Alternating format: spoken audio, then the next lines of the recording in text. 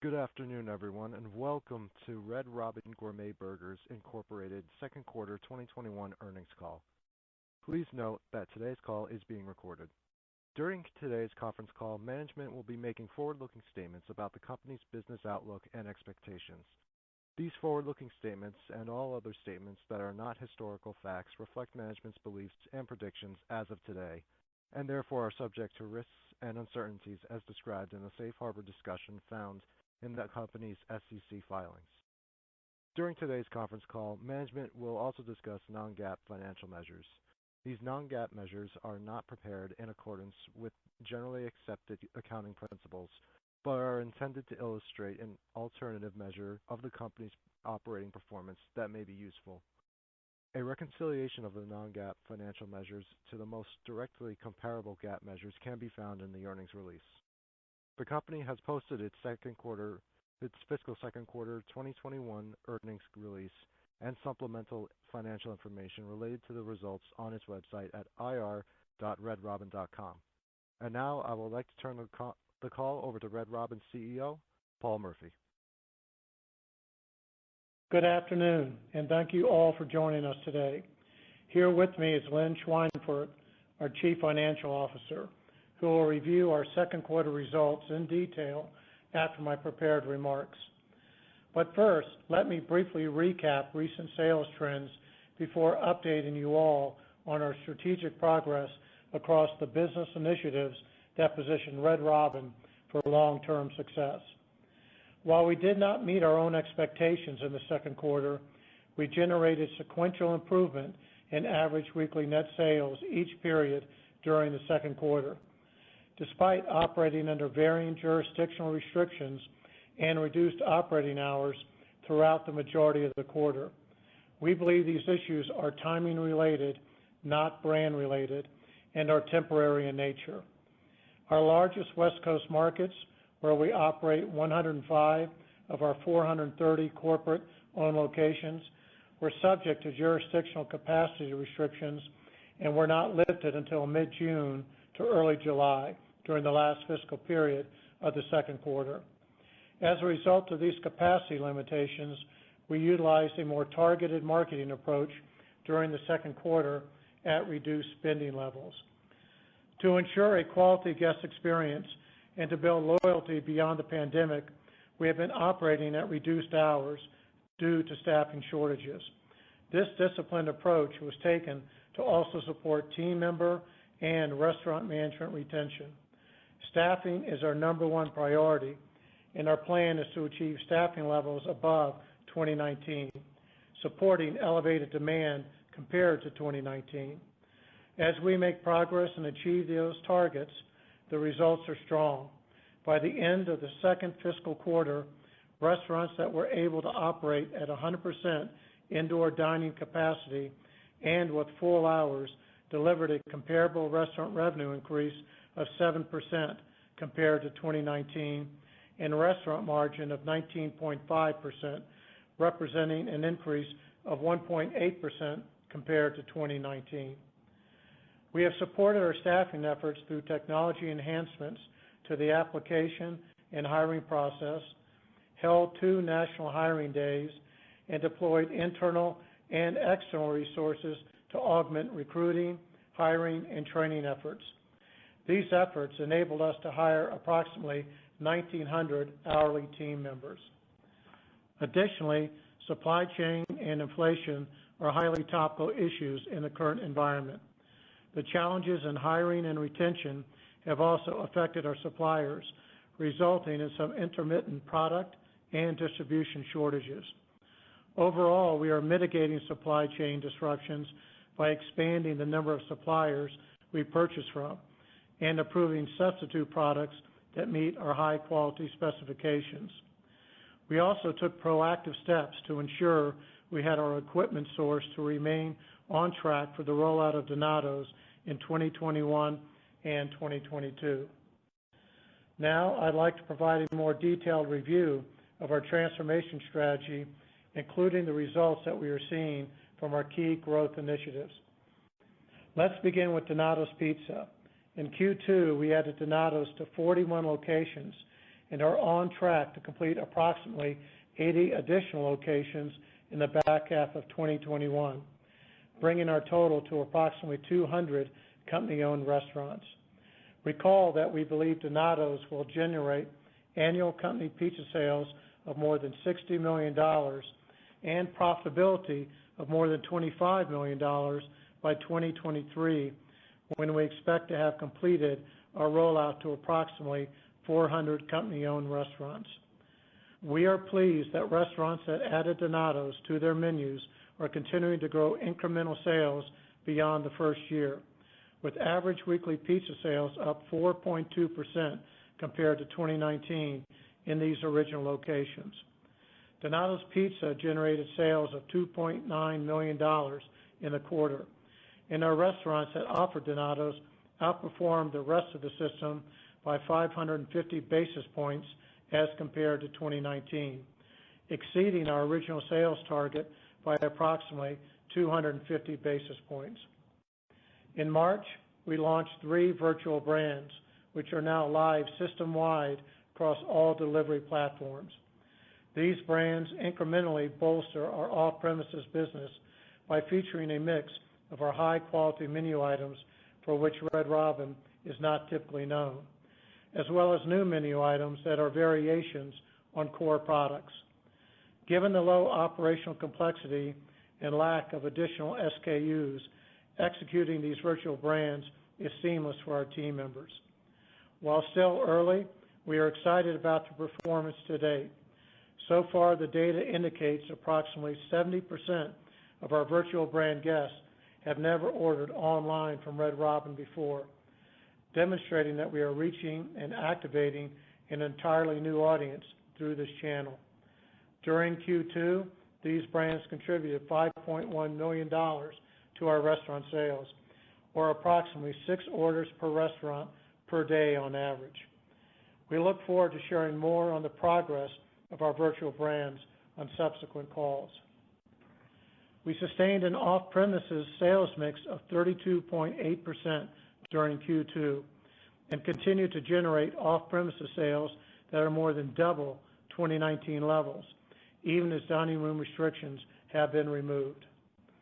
Note that we intend to maintain our off-premises stickiness by delivering an elevated experience. This is being accomplished through modifications to our processes, staffing, floor plans, and technology that will enable our team members to execute more effectively and accurately.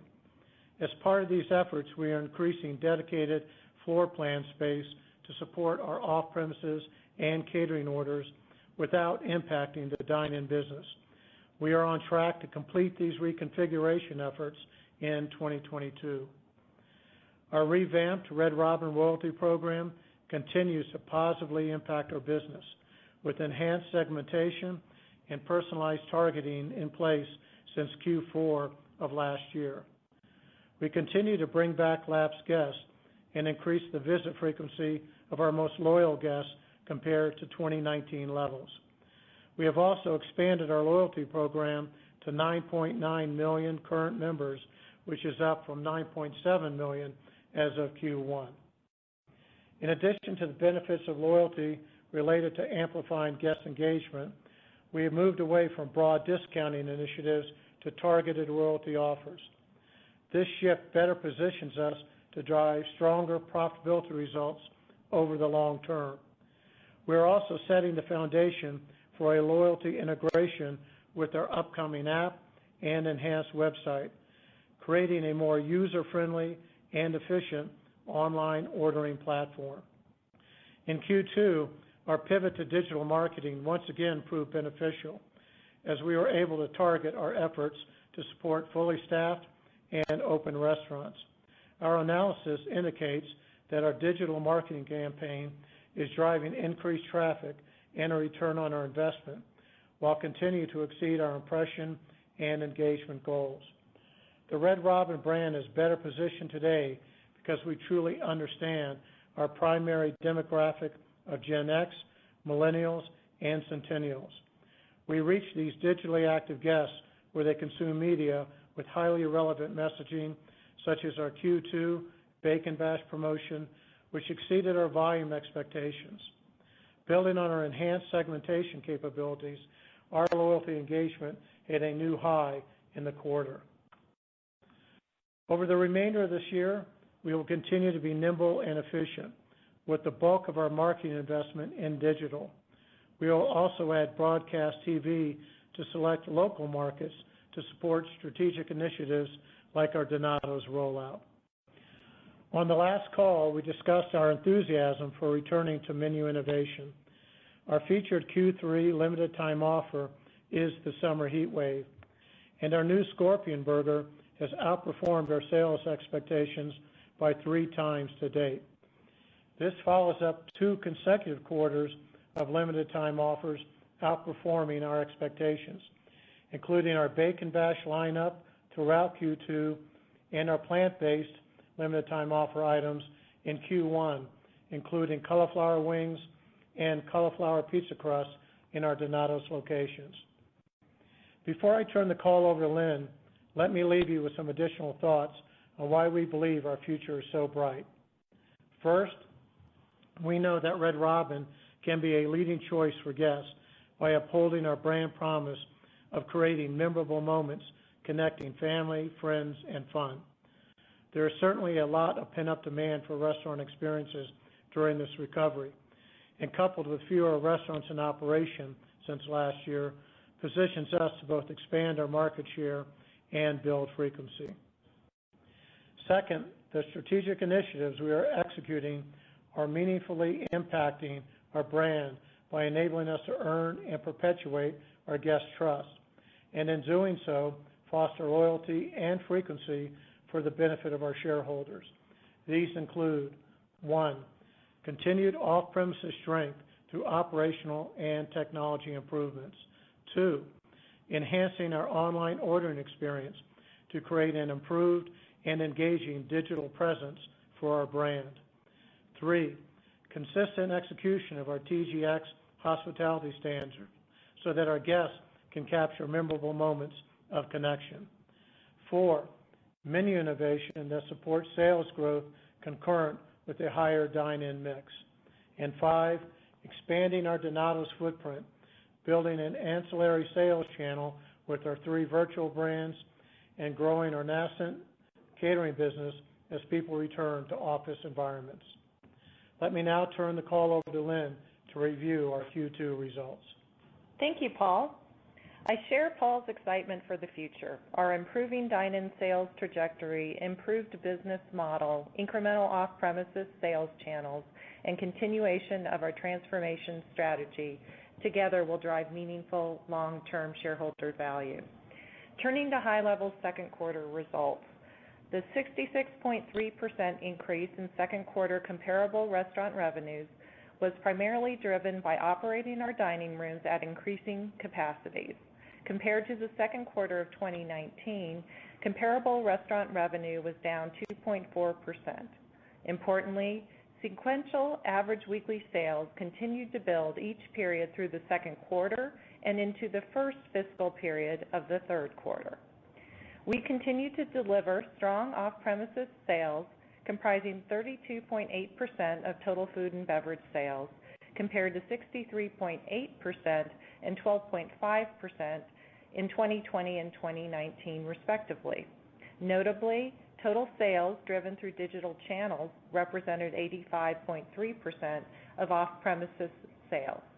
As a percentage of total off-premises sales, third-party delivery represented 49.3%, to-go represented 42.7%, and catering and Red Robin delivery each represented 4%. Net cash provided by operating activities was $37.2 million, while cash used in investing activities was $10.8 million, and cash used in financing activities was $16.9 million. We ended the quarter with liquidity of approximately $117 million, including approximately $25.6 million of cash and cash equivalents and available borrowing capacity under our revolving line of credit. As Paul mentioned, at the end of the second fiscal quarter, Restaurants that were able to operate at 100% indoor dining capacity and with full hours delivered a comparable restaurant revenue increase of 7% compared to 2019 and a restaurant margin of 19.5%, representing an increase of 1.8% compared to 2019. Additionally, we are confident in the future of Red Robin as we continue to execute on our transformation strategy and initiatives. Our plan prioritizes strategic initiatives that deliver strong financial returns while maintaining our diligence on cost management and liquidity as the restaurant industry continues to navigate the impacts of the pandemic.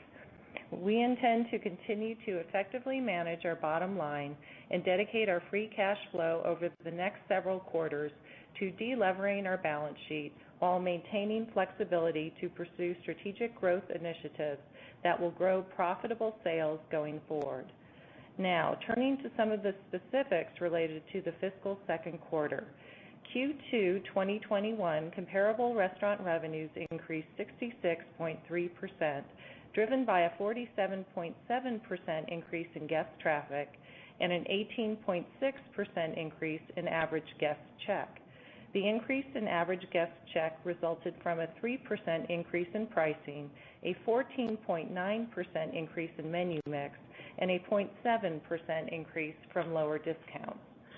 Second quarter total company revenues increased 71.9% to $277 million, up $115.9 million from a year ago, driven by operating our restaurants at increasing capacities in Q2 and lapping prior year sales impacted by the COVID-19 pandemic. Total company revenues decreased by 10.1% compared to the same period in 2019, primarily due to lower comparable restaurant revenue due to pandemic-related indoor dining capacity limitations and unprofitable closed restaurants. Dine-in sales were up 210.9% in the second quarter, further enhanced by off-premises sales representing 32.8% of total food and beverage sales. Our continued focus on our off-premises service model, technology, and incremental sales initiatives allowed us to capture meaningful growth in the channel.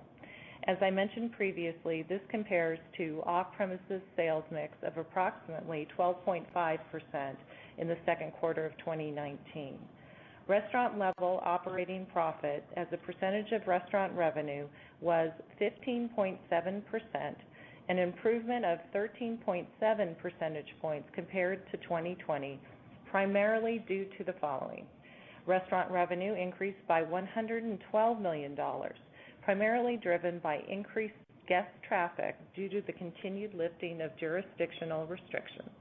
Cost of goods sold decreased by 140 basis points, primarily driven by pricing, favorable mix shifts, and discounts, partially offset by commodity inflation. Labor costs decreased by 280 basis points, primarily driven by staffing shortages and sales leverage, partially offset by higher wage rates and staffing costs, and increased restaurant management compensation costs. $1.6 million of incremental labor costs were incurred due to increased hiring ads, incremental hiring and training resources, and retention and sign-on bonuses to support our staffing initiatives. Other operating expenses decreased by 440 basis points, primarily driven by lower supplies, third-party delivery fees due to lower off-premises sales volumes, and sales leverage. And occupancy costs decreased by 510 basis points, primarily driven by savings from permanently closed restaurants and restructuring of lease payments, rent concessions, and sales leverage. We plan to increase pricing to help offset inflationary commodity and wage pressures that we are experiencing or expect to experience in the foreseeable future, including increased hiring, training, and retention costs extending beyond the second fiscal quarter. We currently expect full-year commodity inflation in 2021 will be driven by increases in beef costs in the second half of 2021 that will more than offset decreases in year-over-year beef costs in the first half of the year. At the end of the second quarter, hourly wage increases were in the mid-single digits, partially offset by a favorable increase in front-of-house hours. Full pricing this year is currently expected to be between 3.5% and 4% to offset these headwinds. Restaurant-level operating profit as a percentage of restaurant revenue was 18.2% in Q2 2019 and higher than 2021 by 250 basis points, driven by lower sales and higher third-party delivery-related costs, partially offset by lower occupancy costs. General and administrative costs were $17.7 million, an increase versus the prior year of $3.6 million, primarily driven by increased team member benefits and salaries lapping temporary salary reductions in 2020, partially offset by lower professional services spend. General and administrative costs were $21.8 million in 2019. Selling expenses were $10.6 million, an increase versus the prior year of $5.1 million, primarily driven by lapping the significant reduction in marketing spend in 2020 due to the COVID-19 pandemic. Selling expenses were $13.4 million in 2019. We recognized a tax benefit of $0.4 million in the second quarter, and our effective tax benefit for the quarter was 6.6%. The company has filed federal and state cash tax refund claims totaling approximately $16 million during 2021 from net operating loss carrybacks. While we expect to receive a portion of these refunds in 2021, due to government delays in processing these claims, we do not expect to receive the majority until 2022. As a result of these cash tax refund delays, we proactively sought and received a waiver from our banks for our FCCR covenant for the third and fourth quarters of 2021. During the quarter, we recognized other charges of $2.2 million, primarily triggered by the COVID-19 pandemic. These charges included $1.8 million related to restaurant closures, $0.2 million for COVID-19 related costs, including purchasing personal protective equipment for our restaurant team members and guests, and providing emergency sick pay to our restaurant team members, $0.1 million related to asset impairments, and $0.1 million related to litigation contingencies. Second quarter adjusted EBITDA was $19 million as compared to an adjusted EBITDA loss of $15.3 million in Q2 2020. Q2 adjusted loss per diluted share was 22 cents as compared to adjusted loss per diluted share of $3.31 in Q2 2020. Adjusted EBITDA was $25.5 million in the second quarter of 2019, and adjusted earnings per diluted share were $1.03. At quarter end, our outstanding debt balance was $154.8 million, and letters of credit outstanding were $8.6 million. Guidance for 2021 is as follows. Capital expenditures of $45 million to $55 million, including continued investment in maintaining our restaurants and infrastructure with maintenance and systems capital, Donato's expansion to approximately 120 restaurants, including approximately 80 in our third and fourth fiscal quarters, digital guest and operational technology solutions, and off-premises execution enhancements. An effective tax benefit between 1% to 5%, selling, general, and administrative costs between $125 and $135 million. Before I conclude, I'd like to thank our entire Red Robin team for the results they are generating. We are confident in our ability to deliver long-term value for all of our stakeholders. With that, I will turn the call back over to Paul. Thank you, Lynn. Let me wrap up things with a few thoughts before we take your questions. The growth and profitability drivers that we have articulated over our past several calls are firmly in place and are the foundation upon which we can create and grow long-term value for our shareholders. Despite increased staffing and retention costs and other inflationary pressures, we remain confident that the business recovery will continue. and that our diligent focus on our robust business model will deliver more than 100 basis points of enterprise margin improvement as sales reach 2019 levels. Of course, our expectation of greater normalcy over the next few months as more adults return to their workplaces and children return to school in person assumes that the Delta variant does not dramatically affect or force a return to mandated restrictions and thereby impede our current trajectory. Red Robin's positioning as a playful, family-friendly atmosphere, enabling people to connect while enjoying gourmet burgers and other mainstream favorites or enjoying our great food outside of our restaurants resonates so well today. This is because the need to be with others and spend quality time with them will endure as people reflect on what they have been through over the last 18 months. Importantly, our understanding of our guests and what they expect from a Red Robin experience has also never been greater. And while we have already made great progress in elevating our level of engagement, there is still greater opportunity for us to do so, particularly through digital channels as we augment our online presence. Let me wrap up by expressing my appreciation for our great team and all of their accomplishments. Their passion for the brand and know-how are why I am so bullish on Red Robin's future, and I thank them profusely for all that they do on our behalf. Let us now open the call for questions. At this time, we will be conducting a question and answer session. If you would like to ask a question, please press star 1 on your telephone keypad, and a confirmation tone will indicate that your line is in the queue. You may press star 2 if you would like to remove your question from the queue. For participants using speaker equipment, it may be necessary to pick up your handset before pressing the star keys. One moment, please, while we poll for questions.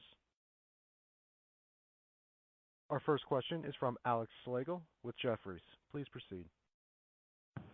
Thanks. Hey, Paul, Lynn, good afternoon. Hi, Alex. How are you today, Alex? I'm good. A little tired. Good. One of those days.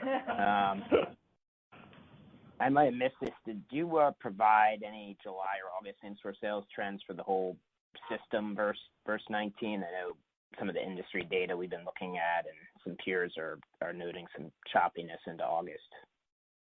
Yeah, what we did provide is an indication that our fiscal 8th period did see sequential improvement off of our Q2 trends.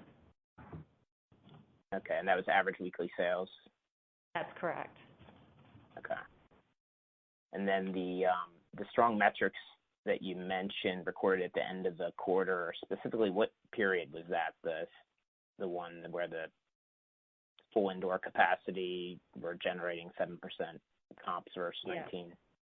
Yes, we saw sequential improvement throughout the quarter, and during the 7th fiscal period, we were opening several Western jurisdictions in terms of indoor dining. So we definitely saw momentum through the entire quarter, certainly with the strongest performance in the last period.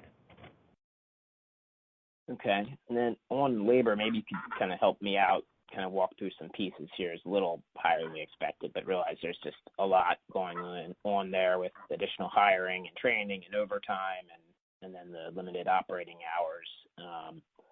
So maybe you could just kind of walk through those various dynamics a bit more. And I'm kind of curious what labor, as a percentage of sales would have looked like if you had full staffing and operating hours. Yeah, so what we did provide is we did isolate the incremental hiring and training costs that were non-recurring in nature during the quarter of $1.6 million.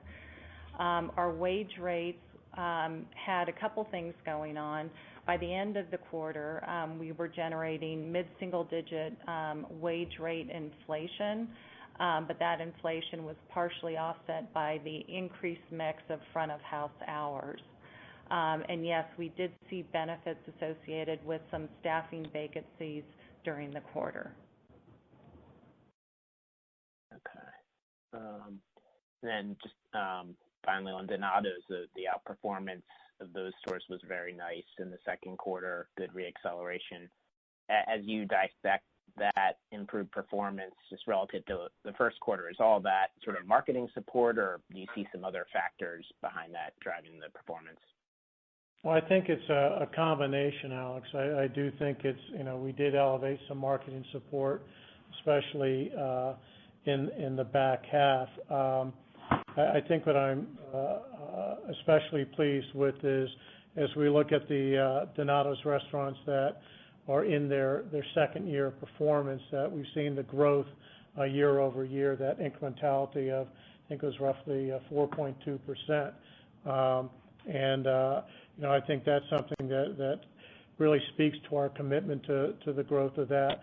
Also, quite honestly, one of the drivers of mix, our PPA, was an increase in appetizer sales, and the Donatos pizza plays well from a dine-in perspective in terms of appetizers. So very pleased with the performance of the restaurants that have it, pleased to see that year over year that we're seeing growth, and that versus our initial modeling is performing at about 250 basis points better than we originally thought the pizza would.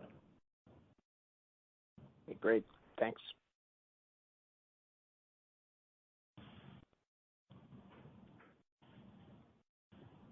Our next question is from Brian Vaccaro with Raymond James.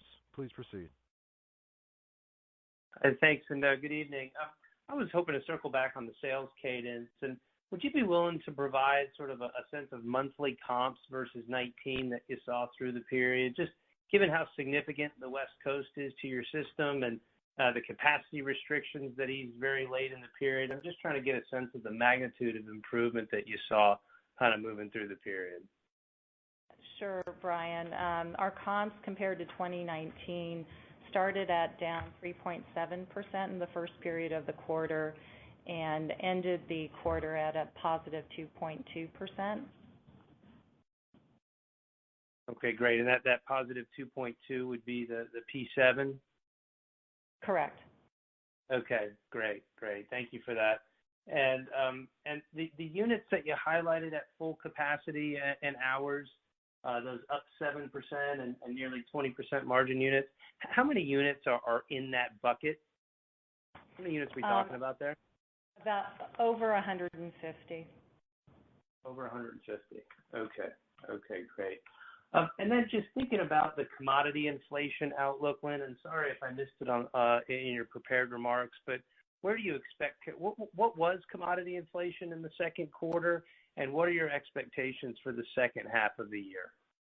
Yeah, so commodity inflation, we've actually, maybe I'll point to 8% of restaurant sales in terms of food and beverage costs, and we did see improvements compared to the prior year, certainly in the first quarter, which carried forward in the second quarter.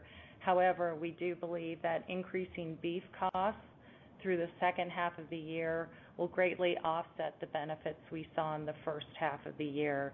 And we're currently expecting approximately 50 basis points or better compared to 2019 for the full year. Okay, 50 basis points or better versus the low 23% range in 2020? Correct. Okay, great. And then on the labor line, I appreciate the $1.6 million that you called out. I'm curious, just give us a sense of where average staffing levels are versus pre-COVID levels, or perhaps how many additional employees you need to hire to hit your targeted levels. And then I'm sorry if I missed it, but how much was overtime up versus normal in the second quarter? Well, a lot of questions inside that one question, but given the strength that we are seeing in the stickiness of the off-premise at about the 30-32% level versus 12% in the same quarter last year. Our goal is not to only get to 2019, but to get above 2019 in the staffing levels. We will be continuing to hire and train and have some costs against that continuing into the third quarter. But On average, I'd say probably, I think it's 5 more per restaurant.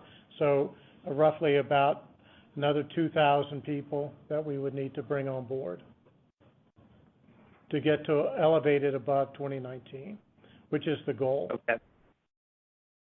Okay, that's very helpful. I'll pass it along. Thank you. Great.